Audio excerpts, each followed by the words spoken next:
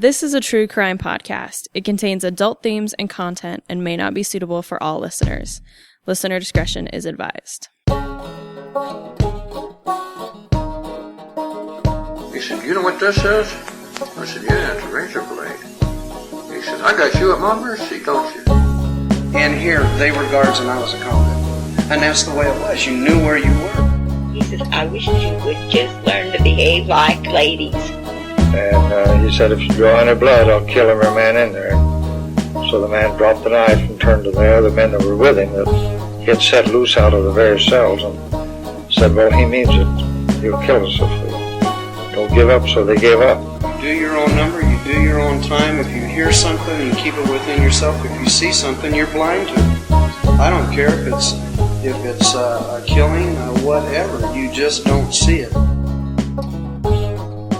Welcome, ladies and gentlemen, to another episode of Behind Gray Walls. My name is Anthony, and I'm talking to Skye down in Texas. What's going on, Skye? Not much is going on. I actually just got back from a trip to Washington to see my best friend and my little niece/goddaughter. So feeling really good. I got away from the heat and got to just play with a little 6-month-old baby, and she's so cute and sweet. And so shout out to Jen. Thanks for letting me come. She listens. She's a regular listener, which is a lot of fun. She actually was listening to one of our episodes as like we were getting ready in the morning, and I would like come out of the bathroom and just be like, this is weird to like hear my own voice when I'm also in the room. But yeah, and I get my second dose of the vaccine tomorrow, so things are on the up and up. My second dose is next Tuesday. I am so excited just to get back to normal and like see my family. And I mean, I've been kind of seeing them, but to like really hug them and sit down at a dinner table and totally. Everyone feels this way. I mean, yeah, it was so really nice because since I had my first dose, I went to Washington, and we had a little bit of a scare where she wasn't feeling, my friend wasn't feeling very well on the first day, and she was like, "Well, I would hate for it to, to be COVID, so let me go to the doctor and double check." And the doctor told my friend told the doctor that I had the first dose, and the doctor was like, "Oh, if she has the first dose, then like the chances of her getting it are like very low, even if you have it." She didn't have it, so that made me feel a little bit better. But the second dose is like just gonna lock me in. So yeah, hooray for vaccines and modern medicine. But yes, should we get started? Let's do it. What are you going to talk about today? All right. Well, I am going to talk about one of our adulterers. This story is actually a lot more interesting than I thought. So I am talking about number 6483, Leora Eliason. So sources, inmate file, newspapers.com, articles which were invaluable this time around. That resource has been amazing. Huge. I feel like our episodes have gotten longer because of it, though, and the amount of time I research has like doubled and sometimes tripled because of it. But I love it. It's so amazing. Yeah, I totally am with you on that.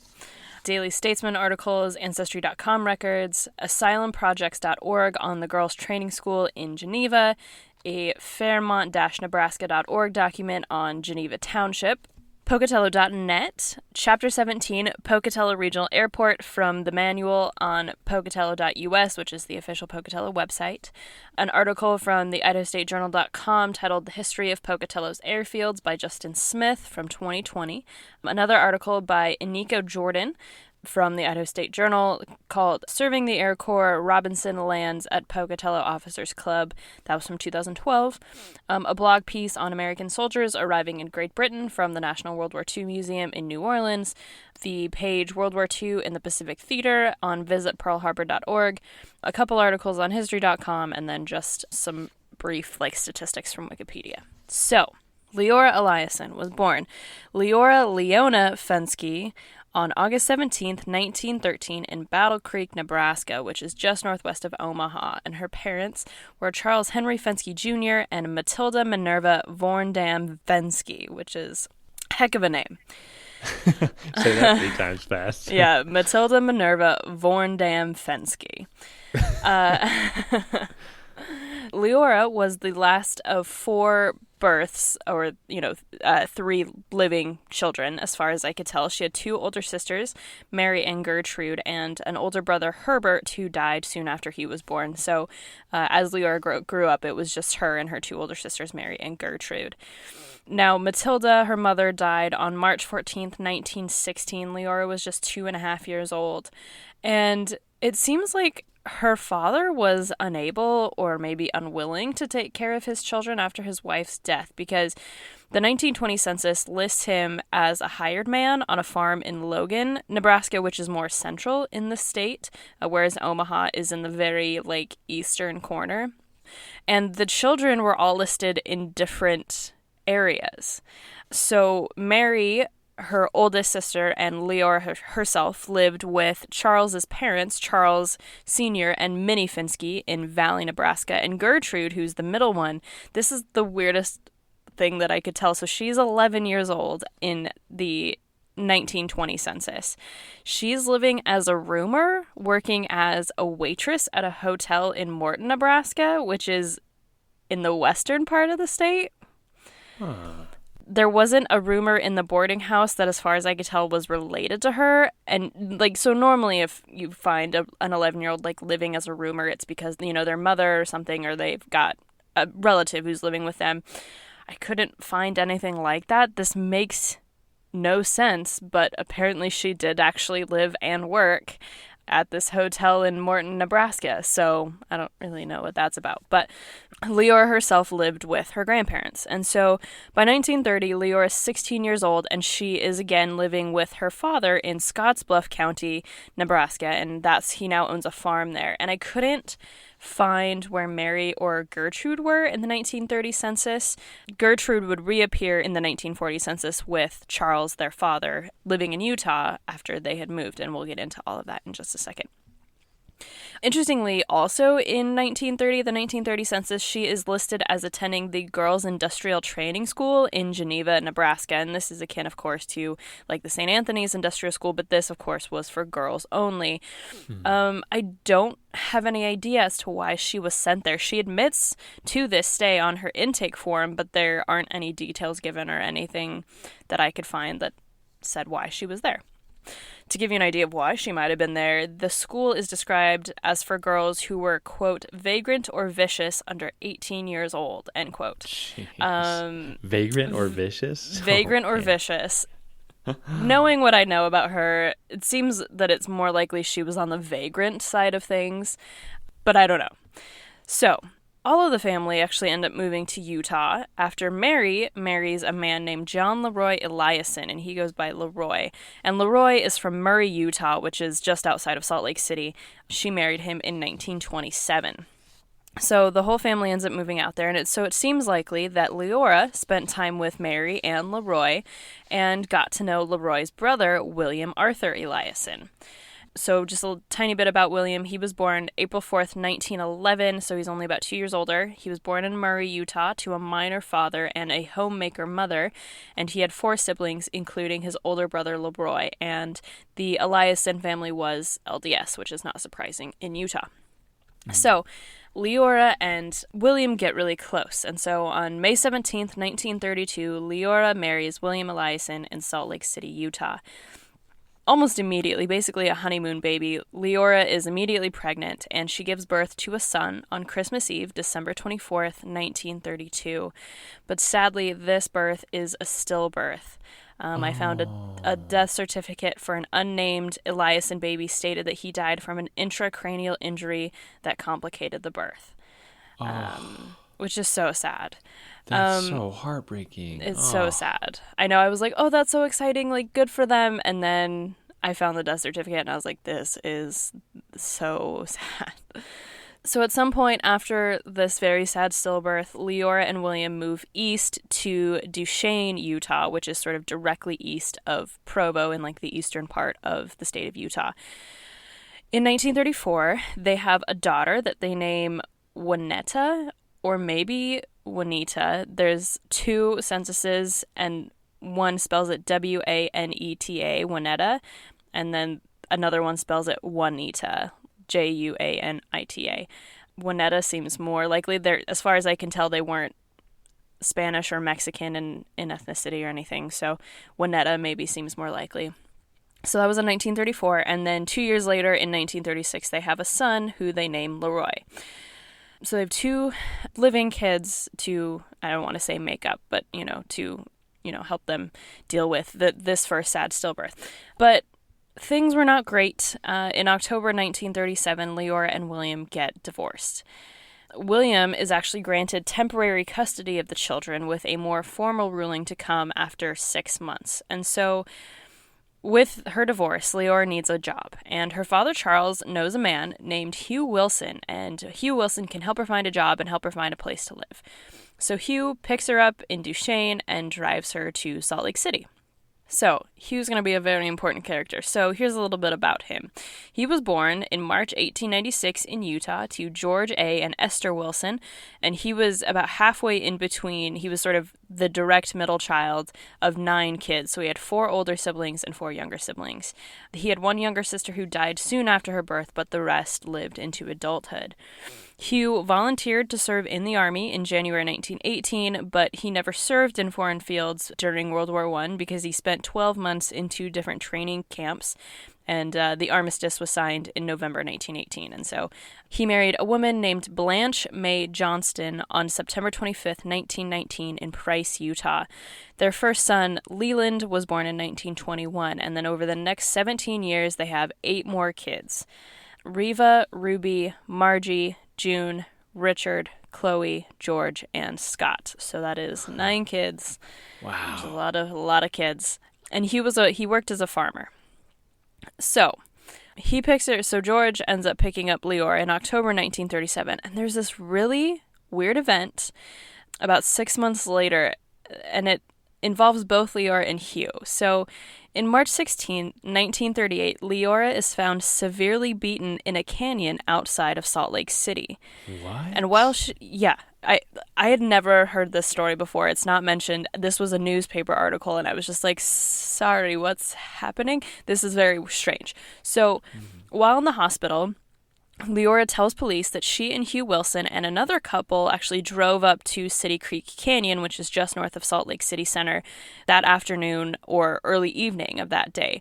And so the details are kind of fuzzy, and that part of that is because the newspaper article that described the event from the Salt Lake Telegram was copied really badly, and several words are cut off from each column. But as far as I can make out, this is maybe what happened. So Hugh says that he actually left Leora at the intersection of 7th West and 4th South Streets at about 6:30 p.m. that night of March 16th, and he had to make some what he called collections. I don't know if he was running errands, what he was doing, but he ended up coming back to pick her up at the same intersection at 9:30 when he found another woman holding her about 150 feet from the intersection. The other couple that they claimed they went out with was nowhere to be found. I have no idea who this couple is, why they were not with her, if they even drove up into the canyon with another couple. No idea. Leora had been beaten around her face and her body, and so first she was actually taken to a house a few blocks away at 360 West 6 South before they called an ambulance, and she was taken to the hospital. She suffered injuries and bruises on her head, face, and right thigh, as well as scratches on her face. Now, Hugh Wilson, who lived at 360 West 6th South, which is the house that she was taken to, was actually arrested, and he was kept under investigation for the attack. But it seemed as if Leora tried to make it clear that it was not him who had done it.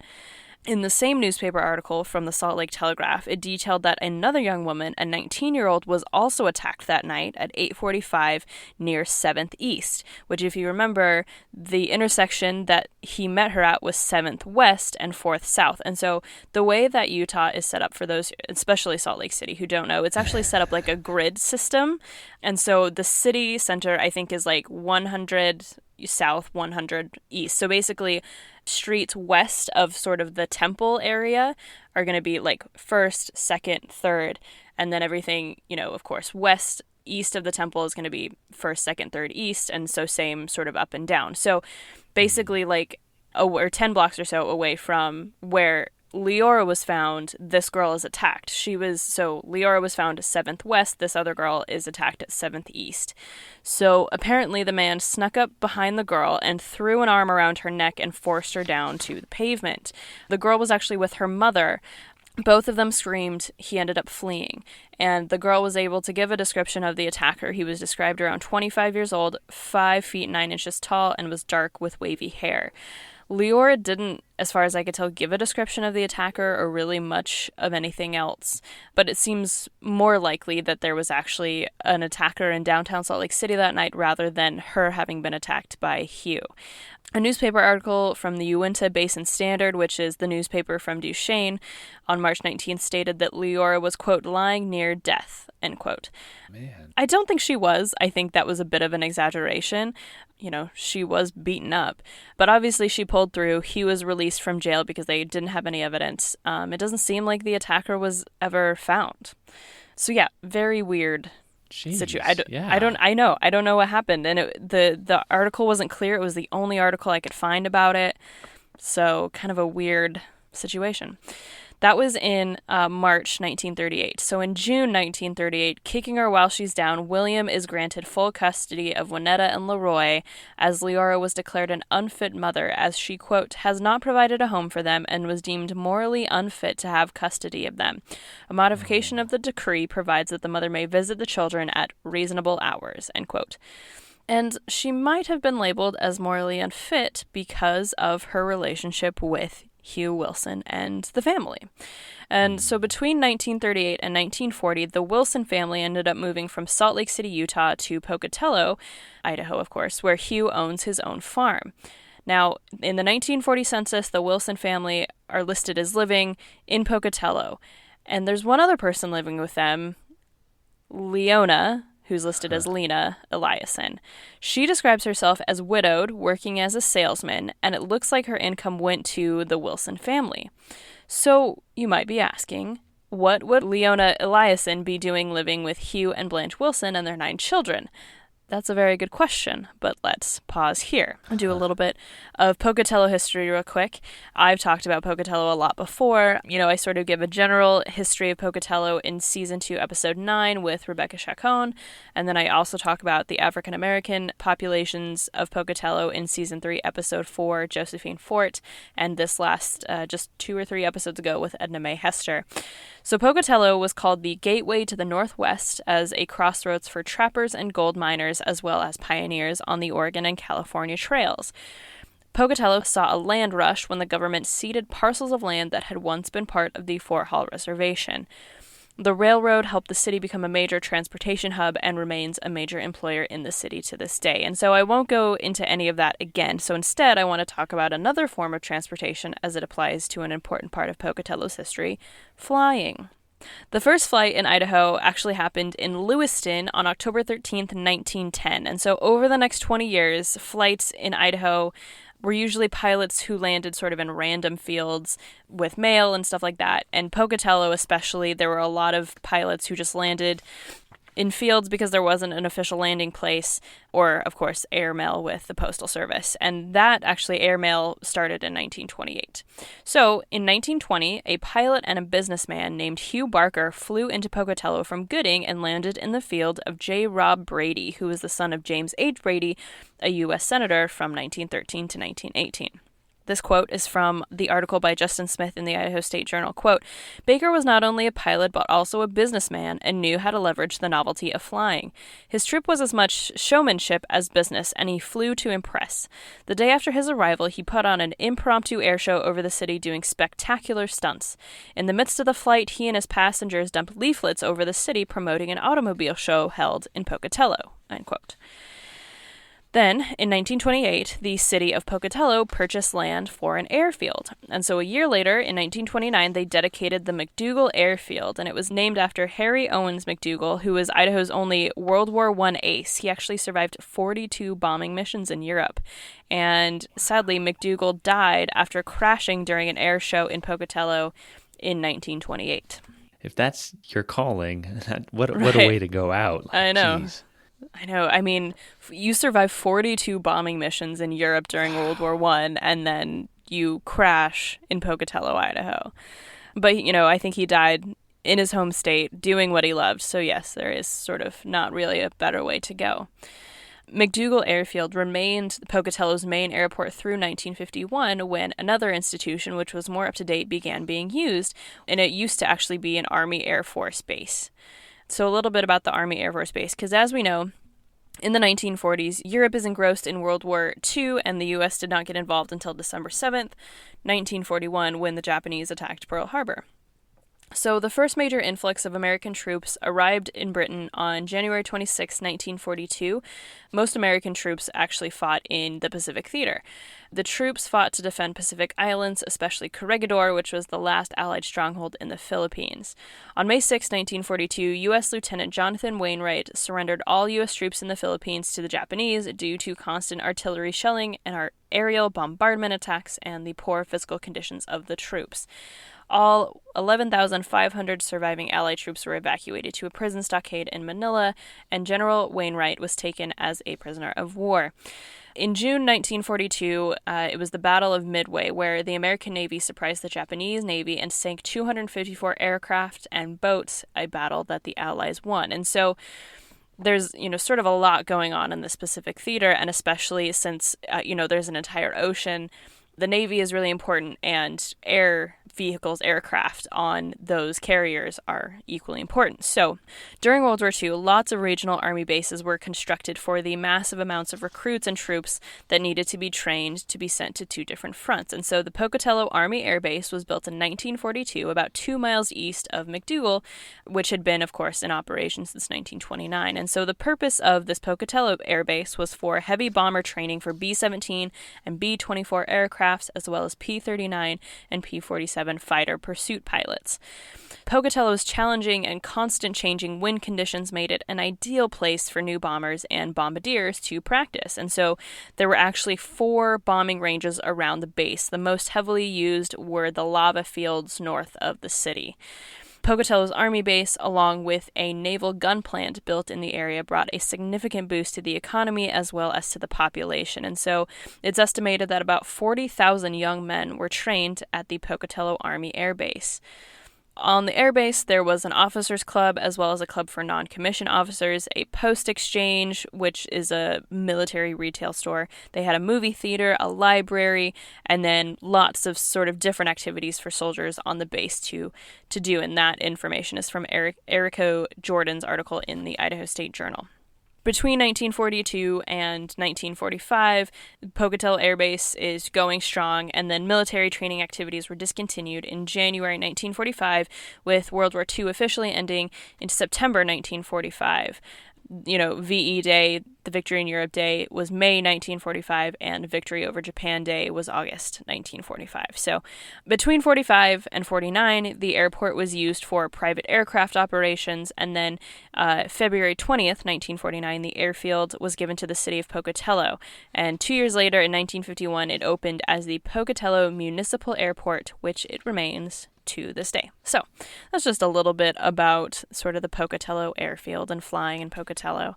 Let's get back to Leona. So it's 1940, so the U.S. is not quite involved in World War II, but Europe is. Leona and Hugh and Blanche Wilson and their 9 kids are living in Pocatello. So again, you're probably asking, what is the relationship between these 3 adults? Well, it might be more than just friends. According to the Bannock County prosecuting attorney and the 5th Judicial District Judge, Leora not only lived in the house, but oftentimes slept in Hugh's bed with Hugh.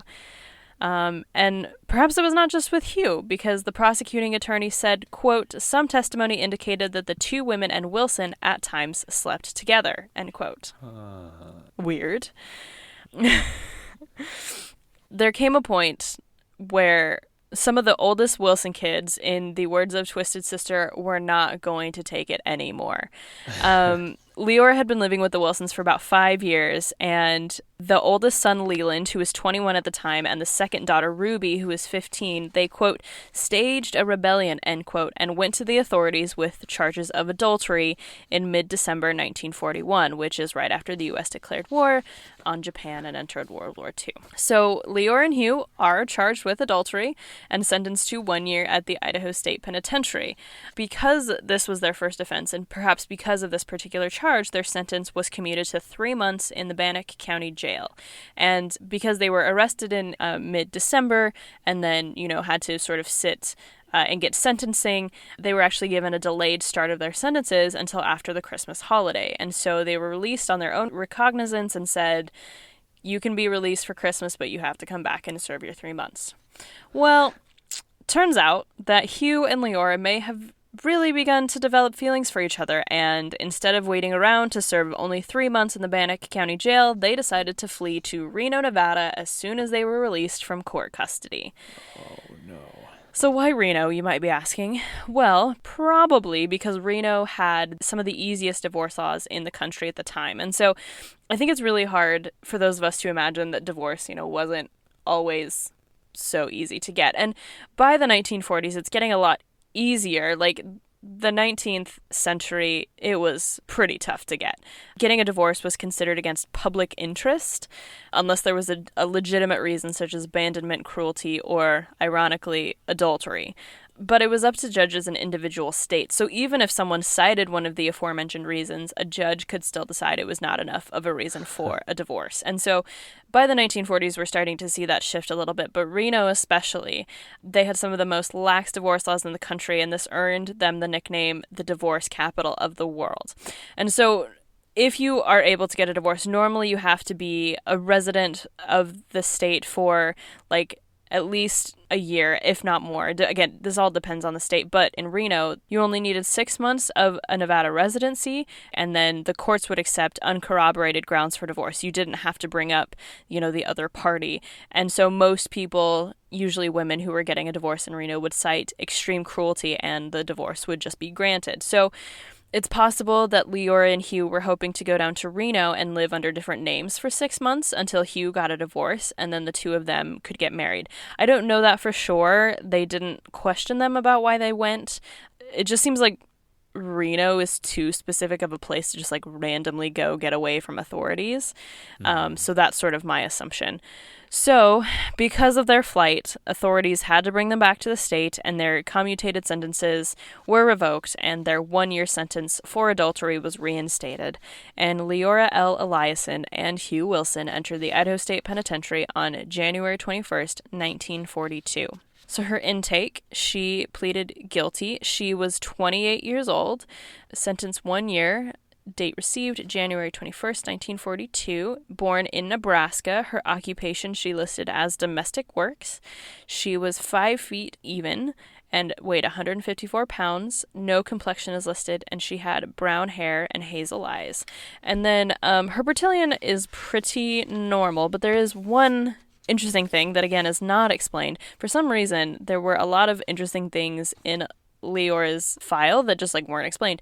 So she's got some moles. Interestingly, on the printed out drawing, they actually drew hair on the top of the head to show that she was a female and had hair, because female is written next to the drawing of the hair.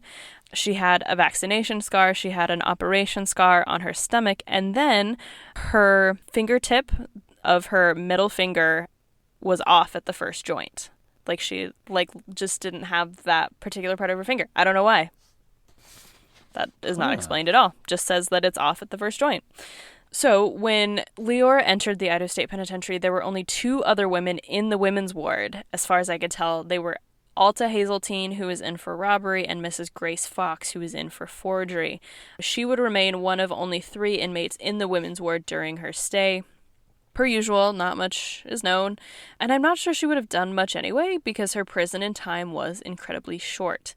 So her case was actually brought before Governor Chase A. Clark, and, quote, "It was deemed to the best interests of justice and mercy to grant to the said Leora Eliason a reprieve by executive order to enable her to accept employment and contribute to the support of her children," end quote.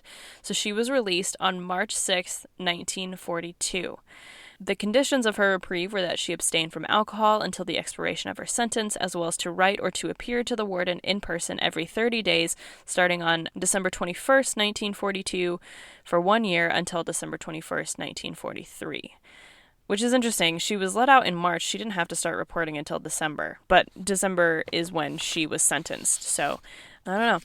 So anyway, she spent 1 month and 13 days in prison.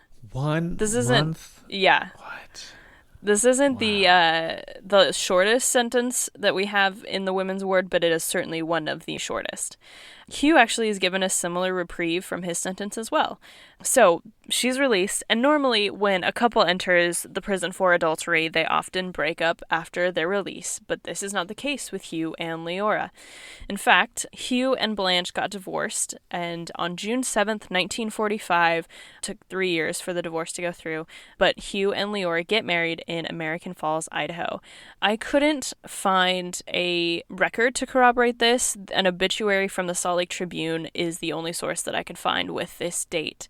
But, they did get married, and Leora did become a stepmother to Hugh's 9 kids. And as far as I could tell, they had one child together, a daughter named Geraldine, who was born around 1947. I think the family remained in Pocatello for a while, but eventually moved to Utah when Geraldine was still pretty young. I found an interesting article from the Uinta Basin Standard from March 26, 1953. So this is the article says, quote, "Mrs. Leora Wilson and daughter Geraldine of Pocatello, Idaho were guests of Mrs. Roy Eliason, which would have been her sister, and Mrs. Laura Mailer, her twin sister." So interestingly, this is saying that Mary and her sister Gertrude were twins, but I don't think that that's true. So back to the article, quote, "When she returned Monday, she took her father, Charles Finsky, back with her. He intends to stay for his birthday, April 7th, before coming back home," end quote. There were a few of these sort of like, she went to Duchesne to visit whoever, but that's just sort of a sample of what, there were 3 or 4 of those. The family moved to Salt Lake City in about 1960, probably to be closer to family, and as far as I could tell, Leora and Hugh were practicing LDS members. And so Hugh and Leora Wilson were married for 20 more years before Leora died on June 19th, 1965, in her home in Salt Lake City. There are conflicting accounts about what she died from. The Idaho State Journal from Pocatello says it was because of a long illness, but the Salt Lake Tribune says it was because of natural causes. As she was only 52 years old at the time of her death, it seems more likely that it was due to an illness rather than natural causes, but I couldn't find any death record to state what that would have been. She was survived by her husband, her 12 kids, or her 3 kids and 9 stepkids, and 25 grandchildren. She was buried in the Salt Lake City Cemetery, and the last little bit that I found was that Hugh actually would go on to marry again in 1969 before his own death in 1972. And so that is the story of number 6483, Leora Eliason. Love triangle. I know. It's lucky that it didn't turn into kind of a reverse Fred Bond situation sort of thing. Yeah. Interesting. I wish I knew more about their little dynamic, because clearly, Hugh's wife was in on it for a little bit. Like, you don't have a newly divorced woman, like, living and moving with you unless you know something is going on. Yeah. But yeah, kind of an interesting little life. And again, that weird, like, that she got attacked in 1938. Yeah. So strange. But yeah. Man, do you know, like, plural marriage, of course, an old facet of the LDS faith, but, at this time, it's, like, long out of tradition, right? Except for, like, extreme, kind of like today, where it's just, like, extreme FLDS. Yeah, like the fundamentalists. Yeah. Just to give you an idea. So the early church practiced it from about the 1850s. Then a lot of the Mormon pioneers moved west, settled in Utah. They were given territorial status in, I think, the 1860s. Around, I want to say it's around the 1890s, they were trying to get statehood, and basically the U.S. government said, you will not get statehood status until you outlaw polygamy. Like, you just cannot belong to the country and practice polygamy. And so 1890, the president of the church came out and outlawed that. And I would think that if it was a case of polygamy rather than whatever this weird love triangle situation was, that the kids would have known about it and understood it. They would have been taught that as part of sort of their faith, and so they wouldn't have sort of gone to the authorities with this adultery charge. Well, that's super interesting, and wow, man, relationships can get complicated. Yes, they can. Ooh. In 2021, the Idaho State Historical Society is celebrating 140 years of service to Idahoans as the trusted source in protecting Idaho's historical places and artifacts and sharing its stories. As a part of the commemoration, the Old Idaho Penitentiary is committed to bringing you 140 unique stories about the people who worked, lived, and served time at the site through this podcast and the events and programs scheduled throughout the year. The Capturing 140 storytelling program offers a unique glimpse at lives filled with hope and despair and the enduring triumphs and tragedies at Idaho's only penitentiary from 1872 to 1973. Stay tuned. If you'd like to know more about the Idaho State Historical Society and other historical sites, please visit history.idaho.gov. If you have a question or comment for Skye or I, please email us at behindgraywalls@gmail.com. I hear that you also have a man who might have had some complicated relationships this week. Oh, boy. Oh, yes. boy. So, mine actually kind of parallels yours with the Nebraska connection, which I thought... Oh. Yeah, I actually mentioned a lot of the same names here in just a moment. Hey. So I am covering Edward E. Gillespie, number 2911. My sources are the Idaho Daily Statesman, Library of Congress Chronicling America, newspapers.com, of course, as I said, was invaluable, but also I have over 150 pages of newspaper documents, Ancestry.com, Idaho State Archives court transcripts, and I have about 350 pages of those. Criminal jury instructions from the State of Idaho Judicial Branch Supreme Court website, which is isc.idaho.gov.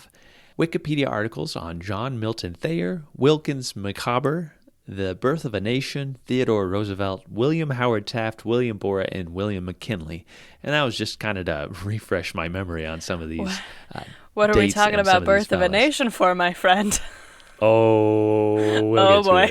Oh, boy. I hope. Have you studied Birth of the Nation at all? I've had to watch it a couple times. I've actually never watched it all the way through because it's so tough. It's so long, and it's just so tough to watch. And then we did read a book on it in my progressive era class, and it was about the influence that Birth of a Nation had and sort of the second rise of the KKK and things like that. Yeah.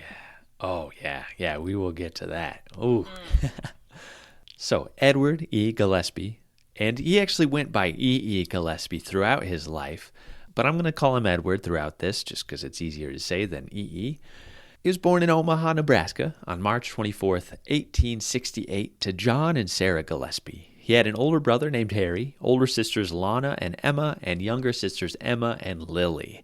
So he was one of two boys out of 6 total children. Edward's father, John, grew up in Ohio and was a carpenter and school teacher, and the Gillespie family actually moved to Nebraska, and after the outbreak of the Civil War, John enlisted and served under Union General John Milton Thayer's 1st Nebraska Regiment as a sergeant.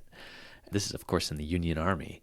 The Nebraska Regiment fought battles in the Western Theater of the Civil War, which was important in spreading the Confederate Army thin and helping lead to the Union's victory. Civil War buffs will probably recognize the battles listed in John's obituary. He fought at Fort Henry, Fort Donelson, Shiloh, and Corinth. Quote, finishing his military career in central Nebraska in a campaign against the Indians. Returning to Brownsville as lieutenant, he was soon chosen auditor of the territory. It was while holding this office that he was called upon to do the important work of locating a new capital, erecting the state buildings, and removing the state offices here. This was a work of some difficulty, and the recital of the story is full of interest, end quote. I will not recite that story to you, though. John retired from the office as auditor of Nebraska in 1873 when Edward was actually 6 years old, and he actually became the secretary to the Nebraska Stockyards Company. Sarah Gillespie, his mother, died in 1896, and John passed away in December of 1897. So the family, it was really well connected in Nebraska and in the national politics of the day, and Edward would actually ride these coattails. In the 1880s, Edward was in high school in Lincoln, Nebraska, and a write-up appeared in the Lincoln Journal-Star on March 27, 1886, titled A Gay Gathering. Quote, Richard's block was the scene of unusual gaiety last evening. The building resounded with the merry laughter of joyous couples as they promenaded down the spacious halls on the 4th floor. The real cause of this hilarity and gathering was to celebrate the 18th birthday of Mr. Edward E. Gillespie. The young folks had come to have a good time, and a passer by the building would certainly have thought their anticipations were realized, for a more happy gathering could not have been found in the city. About 25 young ladies and gentlemen were present, composed mostly of this year's graduating high school class to which the host belongs. The presents were numerous and expensive and testify the esteem in which the young gentleman is held by his comrades, end quote. And write-ups like these would actually follow Edward throughout his life. I do want to say the title is a bit foreshadowy. Is that an uncouth joke to make? Yes. So he was actually elected as the president of the Alumni Association, and upon graduating, he would actually carry the torch for both his high school and college for the rest of his life. And you will see that here in a moment. In 1889, an article appeared in which Edward was hosting a Charles Dickens Club dress-up party. Sign me up. What? Yeah. The journalist who showed up said, quote, many of the young people appeared ridiculously absurd and were the target of much innocent mirth. To say that some of the characters represented were ludicrous to the extreme would to some degree represent their appearance. The first part of the evening was spent in promenades, at which time Dickens himself would have been astonished at the realism of the characters, end quote. And the journalists listed all of the characters who were played, and Edward played Wilkins Micawber, who was a clerk in Dickens' novel David Copperfield. Have you read that? I haven't, actually. I haven't either. I don't think I've ever read Charles Dickens. I mean, is Dickens the one who does the Christmas, the ghost one? Whatever that one is called. Yeah, Christmas, so I mean, I know that story. Yeah. Christmas story. Yeah, so I know the story, but I've never read it. That's, I think, pretty much the extent of my reading of him. So I had to look up who Micawber was, and he was this very optimistic fella, and there's actually an adjective about his name, Micawberish, due to his constant belief that something will turn up, no matter how much trouble he found himself in with debt collectors and all of his issues. Edward, he wouldn't really have to worry about any of that throughout his life. He was pretty well off. He spent his time at parties and in theaters and even performing a Civil War reenactment play and minstrel show while in college. He's a total nerd. He's kind of a nerd and a theater guy, and I love it. And he's loved. He's beloved in the community. So he starts to attend the Nebraska State University, and in the evenings he actually coached high school students in oration. And I actually read about some of these competitions, and the students were giving these pretty progressive presentations on subjects like the education of the Negro, which was about changing Southern mentality and providing an education to former slaves. Another one was called A Humanist, which was a eulogy of the life of Helen Hunt Jackson, who was a poet and author who was an activist for better treatment of Native Americans. And this would be something that Gillespie would follow throughout his life. And these were pretty, liberal ideals for the time. Besides college and teaching oration, he also volunteered with the local military academy and helped put on dances and other events for the cadets. And upon graduation from college, journalists tried to pin down where the students would go, and referring to Edward, they wrote, quote, E. Gillespie remains in Lincoln. He has not come to a decision regarding the business or profession he will adopt. One who should guess the law might not be far in error. Mr. Gillespie may take an Eastern trip this summer, end quote. And he would actually end up doing that. But before he left, he established the Sons of Nebraska, a fraternal club made up of men proud of their state. And I think it's important that we start our own Idaho fraternal group, maybe call it the Potato Boys. So if you're interested, I'll send you a potato and we'll get it going. So basically that's what Edward does. Just a singular solitary potato. Also, I mean, I want to be part of this group too. We have to come up with like a club that's not gender specific. Oh man, I don't know, Skye. Fine, I don't want to be in your Potato Boys club anyway. We can do a little subsidiary Potato Girl Club. Yeah, and it'll be like one of those like Daughters of the Nile or whatever. That's like exactly the women's. Yeah. I gotta come up with something better than Potato Girls. I'll come up with something good. So girls, we're gonna be in the Cooler Club. Oh man, yeah, you probably will be. So Edward, he starts this little fraternal club, and then he gets a job as a Senate committee clerk. And the senators that he worked for actually served on the committee on asylums, which meant Edward was sent to inspect the asylums throughout Nebraska and other surrounding states. In 1896, he began his own journalistic career as a Washington correspondent and wrote articles about what was happening in Washington, D.C. that affected Nebraska. In his first correspondence, he told readers about newly elected Republican Senator John Mellon Thurston, who made his maiden speech in the Senate.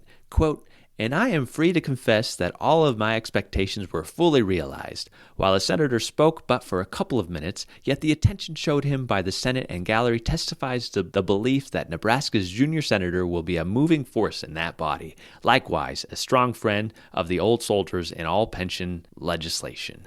End quote. He ends this first article by describing in detail Mrs. Thurston and other wives of the legislators' clothing and garments. Quote, "Mrs. Senator Villas wore a gown of dahlia-colored cloth trimmed elaborately with furs and embroidery, with an elegant vest and neck garniture of exquisite white lace. Mrs. Senator Thurston, a rose red and silver brocaded satin trimmed with green velvet and point lace." End quote. So it seems like he took more notes at the party that followed the Senate than actually at the Senate. Mm-hmm. But, you know, readers at that time, they knew who these folks were, and they would eat this up.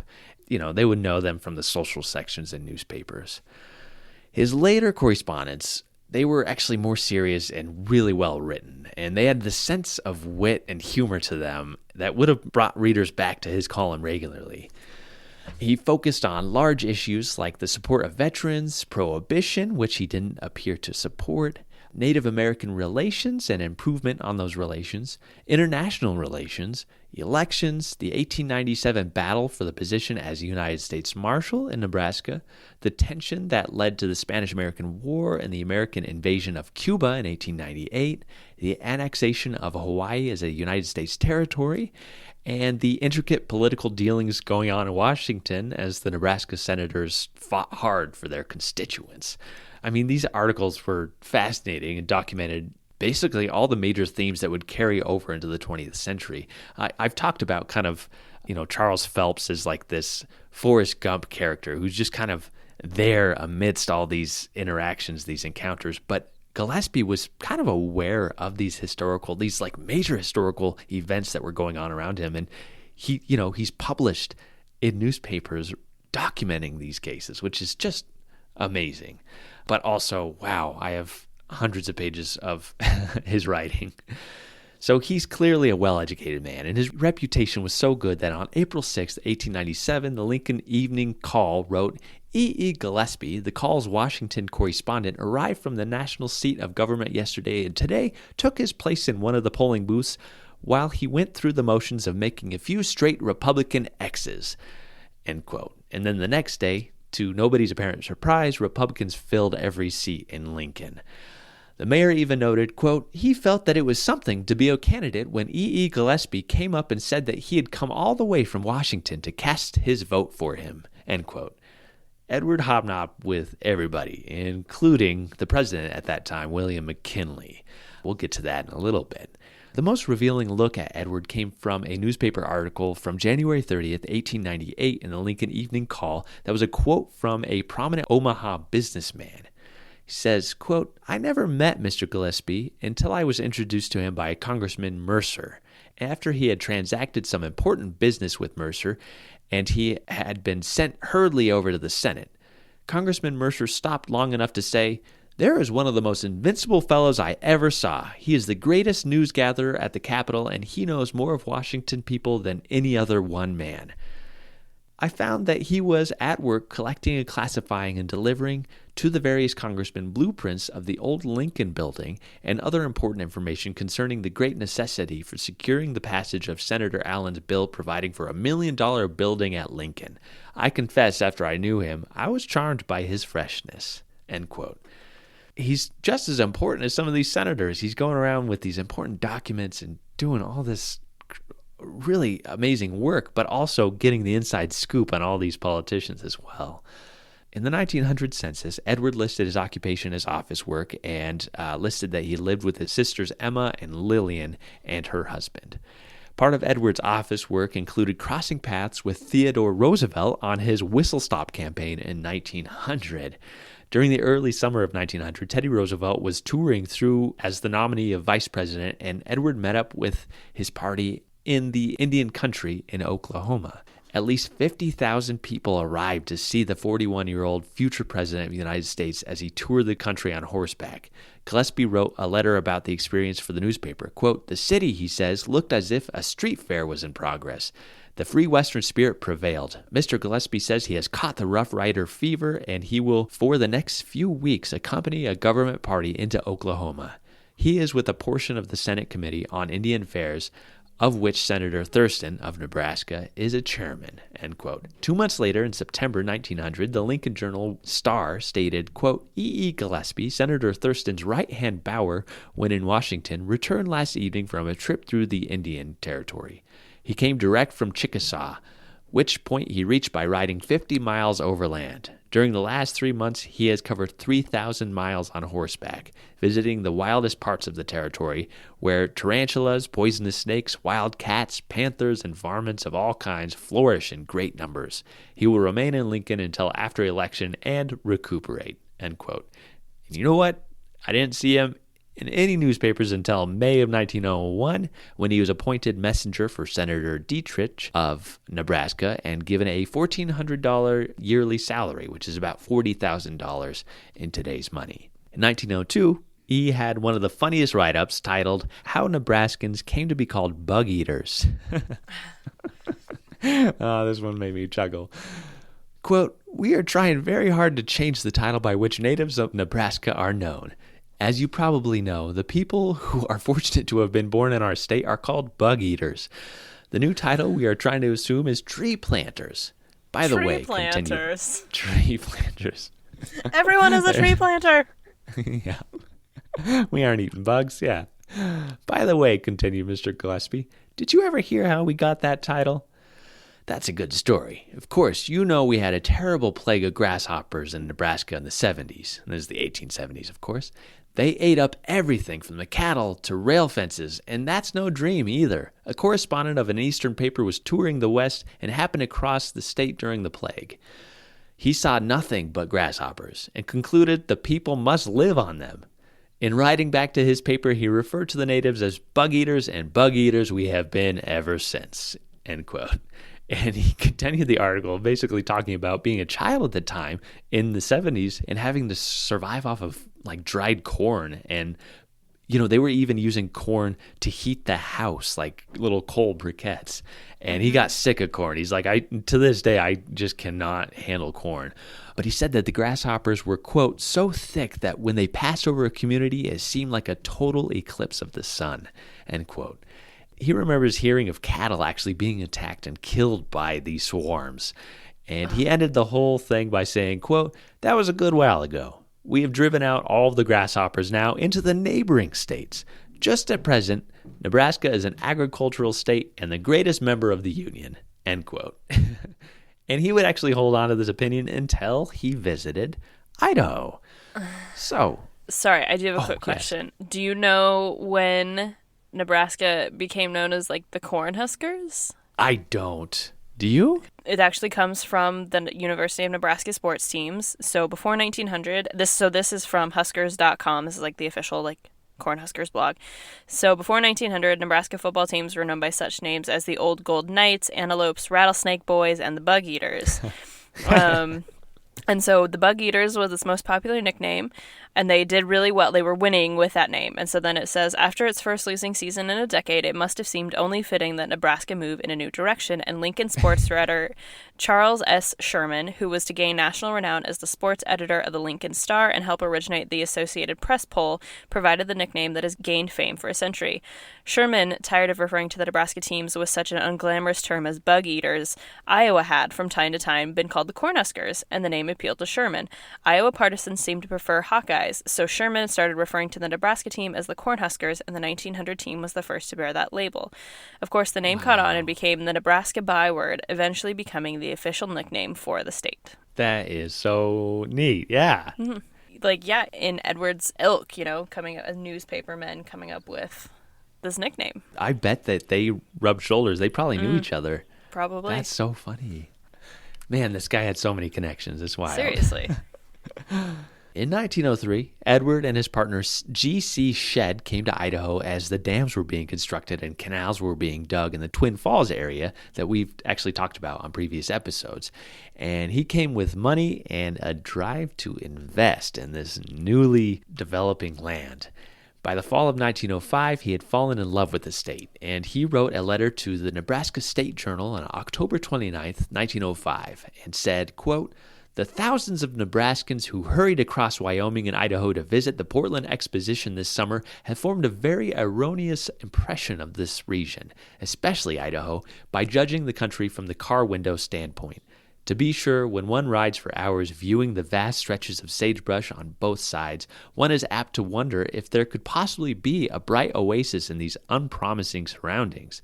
Had I not known to the contrary, I also would have been disposed to judge accordingly, but after an extended tour over southern Idaho, I am convinced that this is destined to be the garden spot of the country.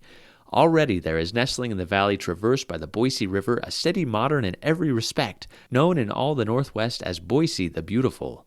Unfortunately, as it appears, and so has proven to be, this city is located on a spur railroad, off of a through line to the coast, but in spite of this serious handicap, it has doubled its population in the last 5 years. Had Boise been on the main line, it would today be as large, if not larger, than Salt Lake City." End quote. And then later in the letter, he actually says, quote, "While Idaho is undergoing a great transformation through the storage of water and its diversion over its sagebrush plains, there are many natural spots hidden away within its borders that will charm the tourist. A scenery which rivals, if not excels, the beauties of California and Colorado, suddenly unfolds itself after a long ride over sagebrush country, as in the case of the Great Shoshone Falls, some 75 miles south of Boise, on the Snake River. Unlike the Great Niagara Falls, the water comes rushing over huge boulders and against projecting rocks in a canyon some hundreds of feet below the surface, and then drops over 200 feet into a deeper canyon with a roar almost deafening. It certainly appeals more strongly to the Westerner than Niagara, as it is indicative of the Western spirit of push.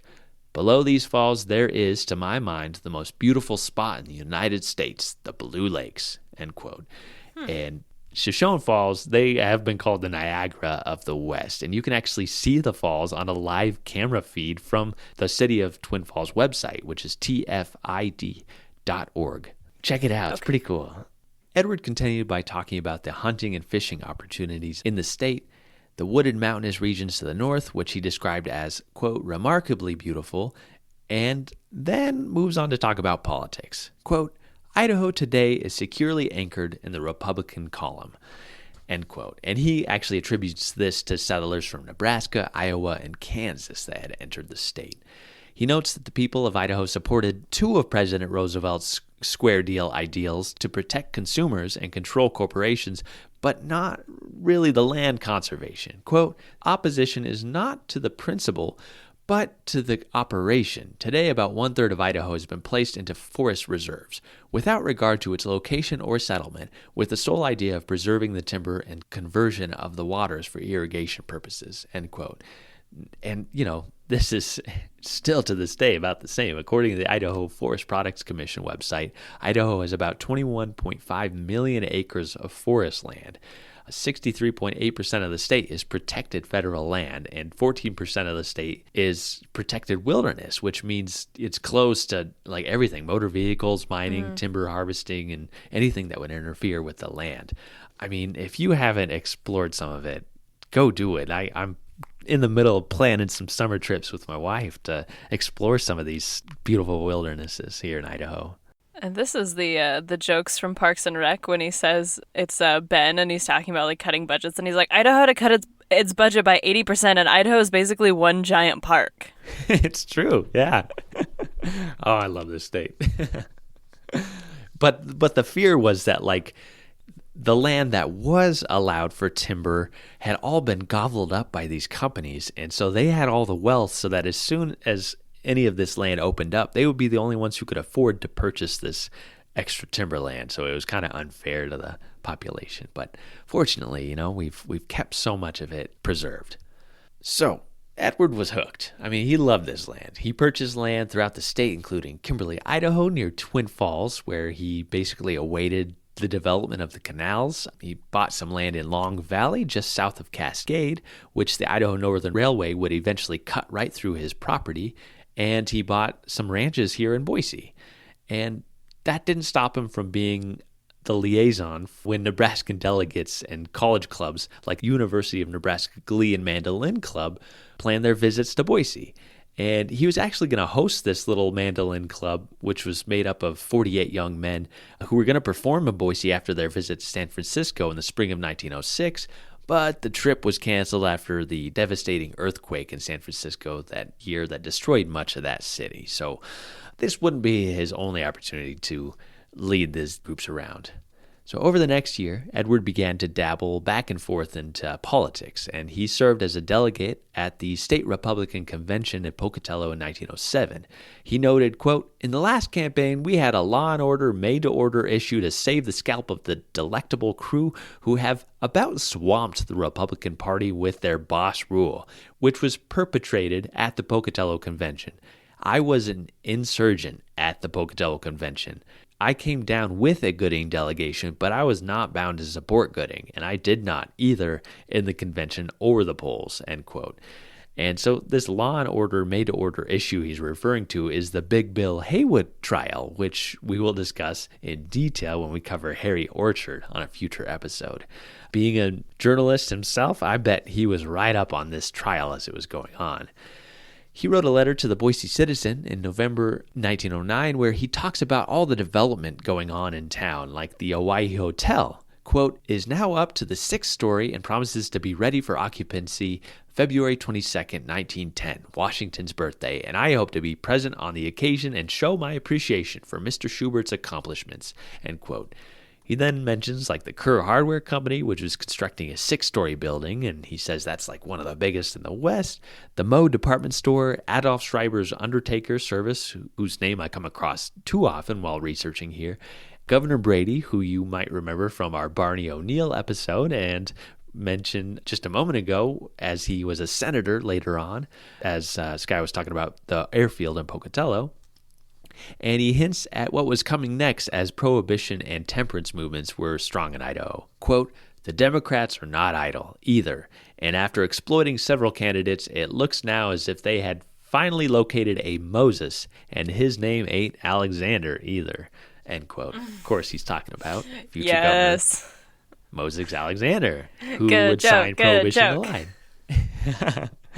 He knew politics. He predicted most of these elections actually correctly in this little letter and gave a great preview of what Boise was going to look like in the 19-teens. It's pretty remarkable, and I promise we are getting close to his downfall.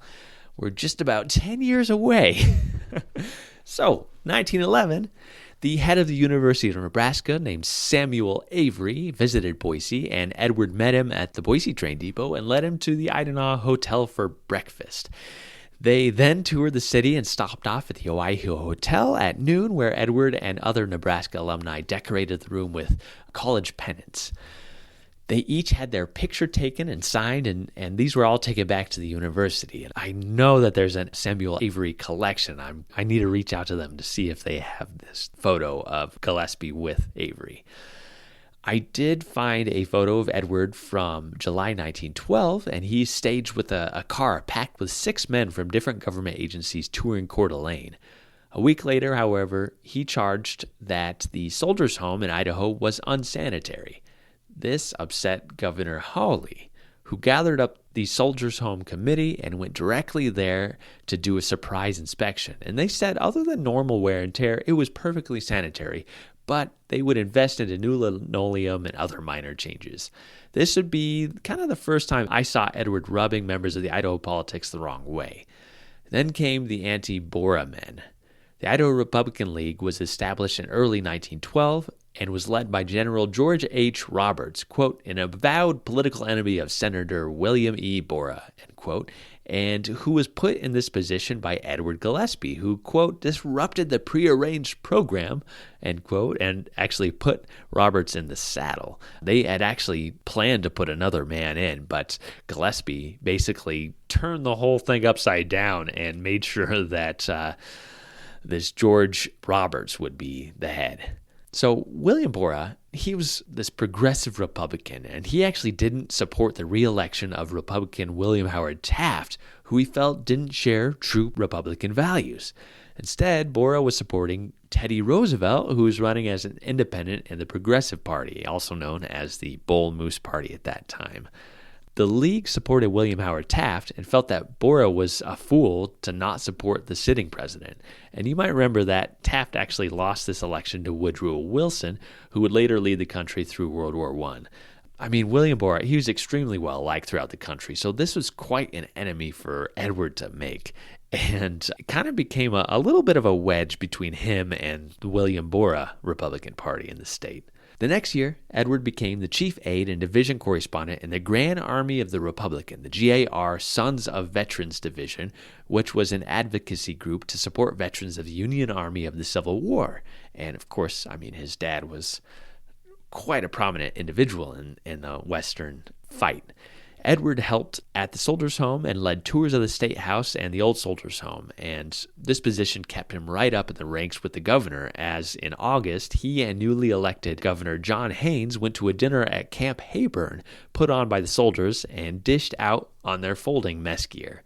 The menu for them was entertaining. They had, quote, soup, chicken a la Boise water, relishes, spiced bullets and pickled blue notes, roast leg of lamb a la Gillespie, vegetables, sliced canteens, creamed haversacks, and baked dust, entrees, rolled blankets and sore feet, and desserts, Governor Haynes special, drinks, ice trombones, and cued notes, end quote.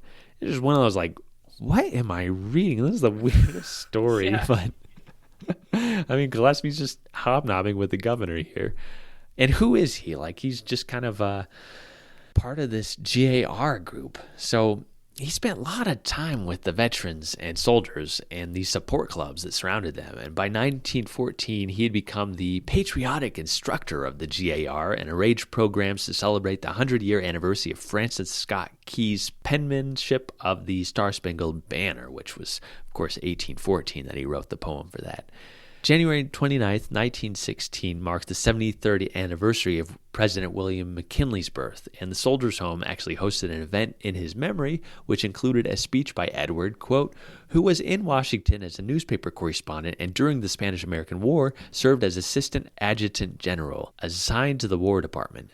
And he told a number of incidents of President McKinley that occurred in the telegraph room of the White House, where the newspapermen gathered every evening, and President McKinley was always present to receive the first dispatches from the front, end quote. So he was right there with McKinley, who's hearing what's going on during the Spanish-American War. Later that spring, of 1916, Edward made the news again when he attempted to stop the Penny Theater from showing the film The Birth of a Nation.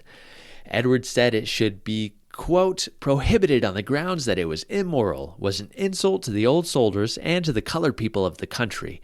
The mayor informed the speakers that the matter had already been brought to the council's attention by the colored people, and a hearing would be given all objectors when the advance agent for the picture arrived, end quote. Good. Of course, yeah, The Birth of a Nation was essentially a retelling of the Civil War and the follow-up that depicted African Americans who were actually white men in blackface in the film as unintelligent and like very sexualized and aggressive, and the Ku Klux Klan as these heroes. Not only is it one of the most controversial films ever made, it pioneered many filming techniques and was, as you said, 3 hours long. It's so like the content is so rough. It's uncomfortable to try to watch it. But like that is the hardest thing, is that D.W. Griffith was such a huge filmmaker, and he did really like interesting things with the filming itself. Like I think this was more common in older silent films, but like they would tint the film strips to like sort of evoke a certain mood, and so some when it was war, it would be sort of red tinted to sort of give off the anger and the volatility and the bloodiness of the battle, and if it was green, it would be a little bit more calm, it would be outside. So he like pioneered these like really big filmic techniques that would be used in the future, but it's a rough film. It's a rough film to watch. Right. And it was like a major box office. It was huge success. Huge. Yeah. And it got all this free publicity too. Like yeah. So and Gone with the Wind caused its own controversy about the Civil War. So I mean, Civil War epics were huge, especially in the time that it's the Civil War. There are people living who still remember it. E being one of them, and interesting. Good for him. Right. Yeah. He was just there representing himself and just saying, this is not okay. Like, we shouldn't be showing it. And the council, they had a hearing, and despite several people trying to stop it from being shown, it is shown in the Penny Theater in downtown Boise. Well, and Woodrow Wilson actually had the film screened in the White House. Yeah. So that was the first film screened there, right? Yeah, it sure was. Wow. So, so that was quite the moment for Mr. Gillespie. But again, he's not making a lot of friends by doing these kind of progressive things. And over the next couple of years, he continued working with the soldiers at the soldiers' home and put on a haunted house on Halloween in 1916 and dressed up like a witch. All these interesting little things. But when the United States entered World War I on April 6, 1917, Edward decided, I'm going to support the war effort. I've been supporting these soldiers. I've done all of this throughout my life, but I've never actually gone there. Quote, Mr. Gillespie left 3 large ranches near Boise to enter war work, Mr. Ennis said, who was actually Edward's kind of roommate in Boise. The ranches are to be sold and the proceeds invested in Liberty bonds. He will go to the front in the service of the Salvation Army instead of the YMCA because of the recent ruling fixing the age limit for YMCA workers there at 45 years. Mr. Gillespie is 50 years old, end quote. So he worked for the Salvation Army and ended up being stationed in New York, where he was working for publicity advertising for the War Camp Community Service. And I actually found a photo of him setting up the office with this big banner and all these soldiers that said Idaho on it. And apparently during his trek across the country, these pro-German hecklers threw rocks at him as he traveled. They thought that he was going over to fight, which I thought was so interesting. It's in this Idaho Statesman article from March 26, 1918, that he's given the moniker the Man of Mystery. He seemed to be everywhere, know everybody, but nobody seemed to know anything about him or where he acquired his wealth. And this would become a problem in the coming years. He moved from New York City back to Washington, D.C. until July 1919, when he returned to Boise. So before we get into his crime, I think I have provided a little too much detail to paint a very clear picture of Edward E. Gillespie. He was extremely patriotic, he's well-connected, he's influential, he's wealthy, mysteriously, and everything was going for him. He's also a lifelong bachelor. He never seemed to have any romantic partners. In September 1919, a closed-door trial would begin. Edward was being tried for an assault case upon a young Navy man named Winfield Harold Cahill.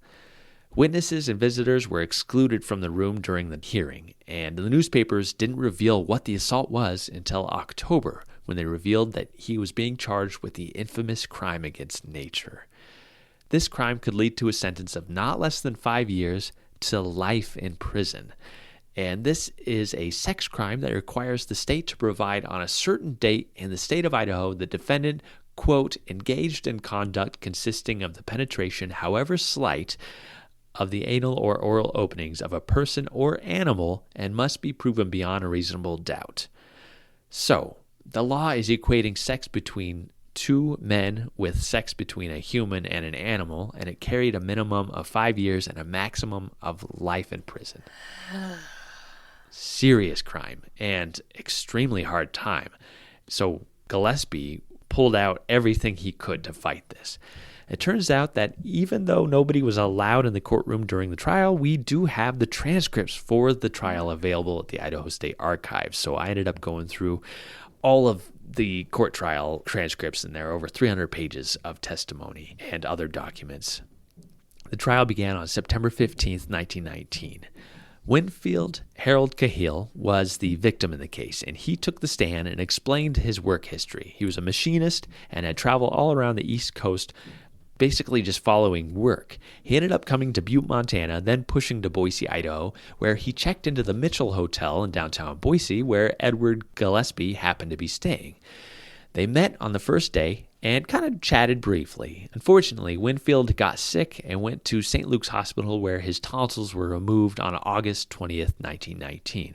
When he returned to the hotel, he was in poor shape, and when Edward saw him in the lobby, he offered to help him recover. And Edward and other hotel residents brought Winfield milk and other soft foods as he suffered from what he felt was a botched operation.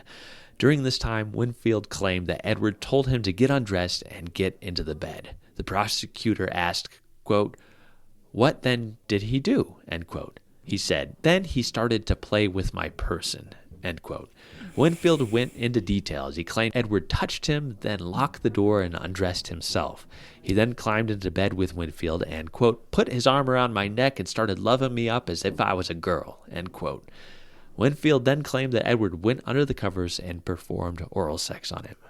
After he did this for a short while, he got out of the bed, laid across the other bed, and looked out the window for a while before getting dressed and leaving the room. Winfield said that he laid there for a while. Quote, "I was so weak and disgusted," end quote. He then told the lady across the hall what had happened. Edward's lawyer then questioned Winfield, asking who else he had seen and questioning him if he had been going with any girls and his history with venereal disease, where he admitted that he had gonorrhea in 1911 and he had some connections with some thugs who were serving prison sentences in St. Paul for a series of daylight robberies. It painted a picture of a man who wandered a lot and tended to have kind of bad luck for some reason. And the state then brought up Alan B. Eaton, the chairman of the finance committee of the Home Services of the Red Cross, who Winfield told about the situation with Edward. Eaton testified that it was difficult to hear and understand Winfield after the procedure, so it would have been hard for him to have screamed out for help when Edward was in the room with him. Quote, "He stated that he was too weak to resist or defend himself, and no voice to call for any assistance, or he would have prevented any such actions himself. He also added that had he been in shape to do so, he would have done Gillespie serious bodily injury." End quote. Allen then claimed that Winfield told him he was being followed by apparent federal authorities and city detectives who were, quote, bothering him by following him up and telling him that they had facts to show that he never was in the Navy, end quote. He questioned the character of Gillespie, saying, quote, "What I stated was that he was often known as the man of mystery because nobody knew what his business was, and for such reasons as that, he was often known to appear at various places, such as receptions, reception committees, and so forth, and nobody knew the why or wherefore of it. That I had heard is stated that he was a pensioner, but knew nothing about it myself, end quote. Edward's lawyer, the defense, actually did a great job sowing the seed of doubt for the jury by asking each person how long they had known Edward Gillespie, many of whom said for many years, and if they had known of anything of his reputation to commit such a crime, all of which said no, not until this time. And he would then show Winfield Cahill as this drifter who traveled from town to town and relied on the Red Cross and other charitable organizations for help wherever he went. And he really wasn't well known or trusted in the community. But Edward Gillespie was. So why would they trust him over the well-renowned Edward Gillespie? The defense called Miss Holloway, who checked Winfield Cahill into the hotel, and she described him as looking ill and stated that Edward did help him but never locked the door, and she walked in repeatedly throughout the day and never witnessed anything unnatural going on between the two men. The next witness for the defense was the executive secretary of the Red Cross Rooms Home Service section, Mrs. Thomas. The biggest thing the defense revealed was that Winfield had asked for money repeatedly, and Edward offered services to help the young man, quote, but thought the boy needed a nurse, end quote. When Mrs. Thomas asked the doctor for a nurse, he told her, quote, that the boy didn't need a nurse, he needed good food and proper care, end quote. The next witness was John W. Eagleson, Idaho State Treasurer. He explained that he knew Edward Gillespie since about 1889 from his days at the University of Nebraska. And it was a short round of questions by the defense as he was he was a really high-profile witness. The big question was, quote, what is his character of morality? What has it been ever since you have known him? And Eagleson responded, I never heard anything against him in any way, and he has always, so far as I known, had a good character, end quote. Mr. Holloway, the hotel owner, was then brought in, and he stated that he did witness Edward give Winfield a massage of his feet when Winfield complained that he was cold. When asked how he knew Edward, he stated, quote, I have known him more intimately since about 1906. I was elected constable here, and during the meetings of the legislature, I called on Mr. Gillespie for a good many favors, and he did me the favors, end quote. Next, the defense had E.G. Burnett, the adjutant of the soldiers' home, come to the stand, and he was asked about Edward's morality and character, which he said was good. After that was the commandant of the Idaho Soldiers' Home, S.M.C. Reynolds, and he said he didn't know of any traits against Edward, but did mention that, quote, on one or two occasions, I think I have heard him mention conditions that might be better at the home, and that is about all, end quote. The next witness, a nurse with the Red Cross named Mrs. Zumwalt, really didn't add much other than not seeing Edward in the room when she visited and noting that Winfield was extremely tired and drained from not eating for several days. America Weiss was the next witness who knew Edward through the ladies of the GIR, who had never heard of anything against Edward. Another star witness then came to the stand, former Idaho Attorney General George H. Roberts, who lived in Nebraska in the 1860s and had known Gillespie, quote, ever since he was a little boy in knickerbockers, end quote. And again, he said, no, there's nothing bad that's ever been said about this man or his morality. The next witness was Homer G. Patterson, who had lived as a roommate with Edward in a house on O'Farrell Street between 11th and 12th Street in Boise, and in the time that he had lived with Edward, he never knew of any immoral or unnatural character traits of his. Virginia Taylor, another member of the GAR, was the next to take the stand, and she had, quote, known nothing against his character nor his morality, and being associated as I have these years since our acquaintance through the order, we have met in a social way, and I have failed yet to ever find or see anything that I could class otherwise than as gentlemanly in Mr. Gillespie, end quote. Finally, after all these folks came to his defense, Edward himself took the stand, and he talked about his different land claims in Boise County and Bannock County and his work in New York and Washington, D.C., and he explains that a lot of the boys coming back after the armistice were being drugged with knockout drops in bars, and the doctors wouldn't go to the hotels, so he actually volunteered because the hotel manager knew about his past to help these soldiers, and he would massage their stomachs and their backs and their necks and their feet to help their blood circulation. He then recounted in detail all the aid he provided to Winfield, including feeding him, watching over him, nursing him, and recounted massaging Winfield to help his circulation. And at one point, he was so sweaty from doing it that he had to rest on the couch near the bed. At that point, Winfield woke up stark naked and started raving, and Edward shut the door so that the woman across the hallway wouldn't see him. Winfield then put on his Navy uniform and left the room. Edward noticed that he had cut himself and was getting blood on his pants, so he pulled his trousers down briefly to wipe the blood away. The defense then followed a line asking, quote, "Did you ever put your hands under the covers?" "No, sir." "Did you take his penis in your hand?" "No, sir." "Did you take his penis in your mouth?" "No, I did not."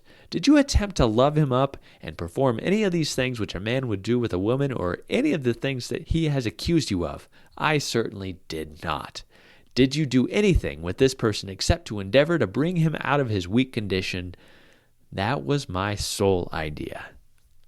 The prosecution then questioned Edward. At this time, Edward noted that Winfield turned to the group at one point in like a state of delirium and asked, quote, "I fell out of the airplane in Brest, didn't I?" And Edward told him, "I don't know anything about your airplane experience," end quote. So it didn't end up helping their case. The jury took everything and actually acquitted Edward Gillespie. He was not charged. But this wouldn't last long. This would be a stain on his reputation. Almost exactly a year later, on September 9th, 1920, a new trial would start. This time it would be the state of Idaho versus E.E. Gillespie and W.E. Danner. They were arrested in mid-August 1920 and charged with the infamous crime against nature and given a $3,000 bond to prevent them from fleeing. At the trial, an electrician for the Idaho Power Company named A.C. Sutton took the stand. And again, none of this was really documented in the Idaho Statesman or the newspapers. So all that we have is from these court transcripts. This electrician had worked for the company for a little over 3 years, and on August 15th, 1920, he noted seeing Edward E. Gillespie and W.E. Danner in the Traction Company building on 7th and Bannock Street. They were in the waiting room between 8:30 and 9:30 in the morning. Sutton was, quote, "sent to watch for certain parties by the Traction Company's general manager, Mr. Dalton," end quote. Now, Sutton's office was upstairs, and when he saw Gillespie enter the men's room, he went upstairs into his office, which happened to be right above the restroom. There were 2 screw holes that were open, where lights had been screwed into the ceiling above into the restroom, and you could actually look down into the restroom below from this office room. I was like, what? Why didn't you fill those up? But he watched Gillespie sit down on the toilet, then Danner entered the next stall, and between the stalls was a hole between 2 and 2.5 inches in diameter. I mean, I guess I just, like, why are you looking? Right. Like, that feels as equally not great as what he's... Illegal, right? Yeah, like, no, I don't like it. on? Like, that's very weird. He had something going on. So when asked what took place, Sutton said, quote, "Well, I see him," which is referring to Danner, "stand up, stick his penis through the hole, and Gillespie was on this side. And what did Gillespie do? Well, from all appearances, why, he sucked him off," end quote. I am so sorry, everybody. During this cross-examination, the defense lawyer asked if anyone was upstairs with him, and he said no, but that he watched the whole encounter, which lasted about 10 minutes before Danner left, and then Gillespie left almost immediately after. Okay, all right. Please tell me the defense is like, "Hey, buddy, why did you sit there and watch it the whole time?" Yeah, I mean, that's the thing, is that... They just are like, yeah, that's a normal thing to do when Yeah. this thing is happening. Ugh. I think that Sutton had established that he had been sent specifically to watch for this sort of encounter, that this sort of thing had been going on for quite a while. So a siren actually went off at the fire station right after all of this, which gave Sutton an idea as to what time that this all occurred, between 8:30 and 9:30 in the morning. And he said that Danner had come by several times a week but would never speak to him, so he thought he was kind of the suspicious character. So when he saw him that morning, he knew something was up. When asked why Sutton suspected something was going on, he said, quote, "Well, because we had tried to pin those holes up and stop this and couldn't do it." And they asked, "What do you mean by those holes?" He says, this hole in the wall. You mean the partition between the two toilets? Yes, sir. You tried to pin that up and couldn't do it. We put plates over it and 2x4s and everything else. What became of them? They came off. We don't know what. The jury actually heard this and were made aware of Edward's run-in with the same crime a year before. And Danner would actually later write to the courts that because he was jointly charged with Edward Gillespie, it, quote, greatly prejudiced my cause, as he had been charged and tried with and for the same offense prior to the time of our trial, and for the further reason that the evidence showed that said Gillespie was the actor in this crime. I further contend that the evidence against me was insufficient to warrant my conviction, and that I was and am not guilty of this offense, and am a victim of a case of mistaken identity. All of the evidence identifying me and connecting me with this crime was given by a person who made their observations through a small screw hole in the ceiling of the room where the crime was charged to have been committed, end quote. Of course, this would affect the trial, as they knew that Edward had this kind of little spot from a year prior. Beyond that, there was an relationship between the jury and the prosecuting attorney, who most of the jurors were acquainted with in some way. They all said that it wouldn't influence their judgment on the case, but during the deliberation, one of the jurors stated that, quote, he had known the Delana boys, meaning the prosecuting attorney and his brother, for a long time, and that they had represented him in a number of matters, and that they were very considerate and fair, and suggested to the jury that if said attorneys did not know that they had evidence to convict the above-named defendant, they would never have started the case, and if the court and counsel had not shut out the evidence that the state offered, they would have proved both the defendants guilty beyond any doubt, end quote. So the jury ended up by saying, quote, I know that they are guilty, end quote. And this would come up when Danner and Gillespie's lawyers actually applied for new trials after all of this, stating that the jurors were already convinced of the two men's guilt by the support of the prosecuting attorney.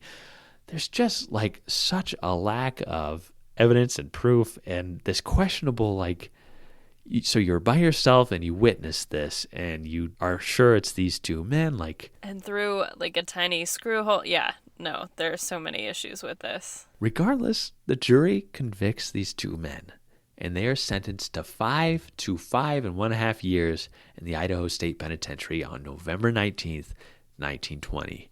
And both Danner and Gillespie, they made short statements in which they declared themselves innocent of the crime. Quote, Danner was unable to stand the strain. His eyes filled with tears and his body shook with stifled sobs as sentence was pronounced. Gillespie appeared to conduct himself stoically, end quote. They are both received at the Idaho State Penitentiary on November 20th, 1920 for the infamous crime against nature. Gillespie is given the number 2911.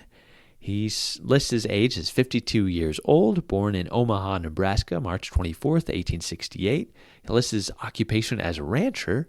His height, he's 5 feet 6 1/8 inch tall. He has light complexion, and the note card attached to his mugshot said that he had a freckled complexion. He was 146 pounds. He had red hair, blue eyes. He was single. His father died when he was 29, and his mother passed away when he was 28. He left home at the age of 30.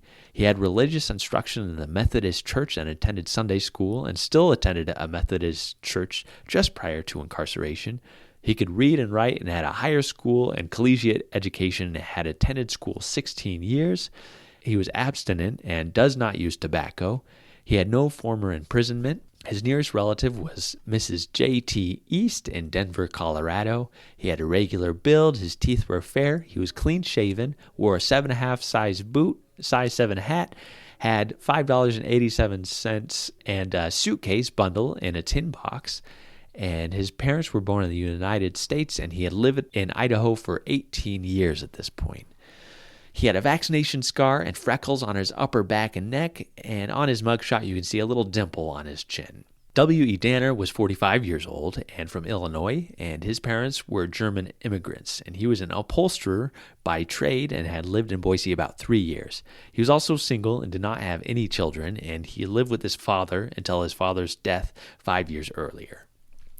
The prosecuting attorney, out of the questionnaire about Edward Gillespie that asked about his characters and associates, he said that Edward was, quote, not a man who had many personal friends or associates, end quote, which I thought was like, what? When asked if he had been in trouble of a criminal nature before, he said, quote, he was prosecuted in the courts of Ada County for the commission of the same offense of which he is now convicted about 6 or 8 years prior to this conviction, end quote. And I looked and I couldn't find any mention of any other crime against nature charges in like 1911, 1912, so I'm not sure what he's referring to here. Did he just get the years wrong? He must have, yeah. When asked about his opinion in regard to the criminal tendencies of the prisoners, he wrote, quote, I regard him as a degenerate and persistent in the character of offense with which he is now convicted, end quote. And he regarded Edward as a menace to society, and in describing the crime, he described Edward as, quote, the aggressor and inducer in the matter, and there was evidence showing him to be associated with others in commission of similar offenses at about the same time. The crime was committed in the depot of the Idaho Power Company at Boise, Idaho, end quote. Immediately, Edward started to fight this conviction and attempted to get a new trial. Judge Charles F. Reddick wrote to the State Board of Pardons on April 4th, 1922, before Edward appeared before the board, and he wrote, quote, I have no recommendation to make in this matter, and prefer to leave it with the body that the Constitution has vested with authority over the same. I desire to state, however, that had I been passing upon the guilt or innocence of the applicant, I would not have convicted on the evidence adduced. It was one of those cases in which impartial minds might arrive at different conclusions, and after the jury had passed upon the matter, I did not feel at liberty to disturb their action. The case had been tried a short time before, resulting in a disagreement. It had been the subject of comment in the community and in the press, and I felt this had its influence, yet no application for a change of venue was made, end quote. So during this time at the prison, the T-shirt factory, that's all kind of under construction, so he probably would have just been getting in on that. Patrick Murphy is working here, and he's making all of his hobby craft items, so he may have worked with Patrick on different things. We don't really know a lot about his time here, though. On April 13th, 1923, Edward's sentence was actually commuted to 3 years flat. Meanwhile, Danner was actually pardoned 2 days later on April 15th, 1922. So, Edward sat in the prison for another year and was released on November 19th, 1923. From there, the next place I found him was living in San Diego at the Helping Hand Home as an inmate in the 1930 census. And there was a children's helping hand home for crippled children and one for seniors. And I don't know what led to Edward being there and being one of the younger, quote, inmates in the home's care. The next thing I found was his death. He died on June 17th, 1935. And his obituary reads, quote, Ed E. Gillespie, 68, former Lincoln resident, was buried in San Diego, California. Thursday afternoon, Ben and Clyde Gillespie of Lincoln, his nephews, were informed Thursday. He died June 17th following a lingering illness. Mr. Gillespie was born in Omaha March 24th, 1867, and at an early age moved to Lincoln, where he graduated from Lincoln High School and University of Nebraska. While in Lincoln, Mr. Gillespie was at one time engaged in newspaper work and was later transferred to the Washington Bureau of the Associated Press. He was the son of the first state auditor, John Gillespie. He left Lincoln in 1920 and moved to Idaho and later to San Diego. Besides 2 nephews living in Lincoln, he leaves 2 others, Hugh and John of Omaha, end quote. And that is the end of Edward E. Gillespie. It seems that this crime led to his downfall and his kind of banishment from Idaho. He probably fled the state and tried to start new in California, but I could not find what he was doing there and, what his illness was or anything else. So I don't know if he was set up, if he was actually a homosexual man who was, performing these acts or not. Like, all the evidence is kind of sketchy, and it's kind of heartbreaking that he had such an influential life leading up to 1920 when he is brought down. That story is so, and a lot of those, infamous crimes of nature stories are just so hard to hear, because if he was gay or homosexual, he is punished for doing the things that felt natural to him. And it's so hard to hear, especially Right, because, I'm part of the LGBT. Lots of people that I know are, and I just think about, wanting to just live the way that I feel that is comfortable for me, and to know that it was illegal and to like go to prison for that would just, I think there aren't any words to describe how horrible that would be, and how scary. And, if he wasn't, how, even worse is that he's being charged with this crime that he didn't commit, and his life is essentially ruined because of the stigma that, this very religious country put on these feelings that are and these lifestyles that are different from, what they believe is sort of the quote unquote like the only way that there is. And it's hard every time I hear about it, and every time I read about it, it's just so hard to hear and so sad, because whether they were gay or not gay, they shouldn't have to go to prison for that. It's just, no, it's so hard. Yeah, we've come a long way, absolutely. And just in the last 10 years, like the legalization of same-sex marriage, like, wow. But we had to cross into the 21st century to even get to that point. Yeah. So, this is one of those stories that I thought was going to be as simple, like, this guy committed this crime, and, but oh my gosh, it just turned into, it's been my life for like the last week as I've been researching and writing this, and it's heartbreaking. Like, this guy had so much to offer, and, his sexuality was the one thing that led to his downfall, if it was even real. Like, oh man. It's very interesting. Great work, as usual. That was a lot. I'm sorry, everybody, but it was really like, interesting. Gonna do the work. I'm gonna share it all. Totally. All right, Skye. Well, everybody, thank you for listening. I hope I didn't offend any listeners today, but this is, I think, the first real sex crime that I've covered. And it's something that I don't, I try to stray away from, because it's just a difficult topic. But, this one had quite the impact. Really ruined people's lives, and it's something we still deal with today, people's sexualities, and everybody's individual thoughts on that. So well, thank you all for listening, and we will see you next week. Do your own time, do your own number. See ya. Bye. If you enjoyed Behind Gray Walls, please rate, review, and subscribe on your favorite podcast app so you never miss an episode. Not only do we get to hear your feedback about the show, but it helps others find us as well.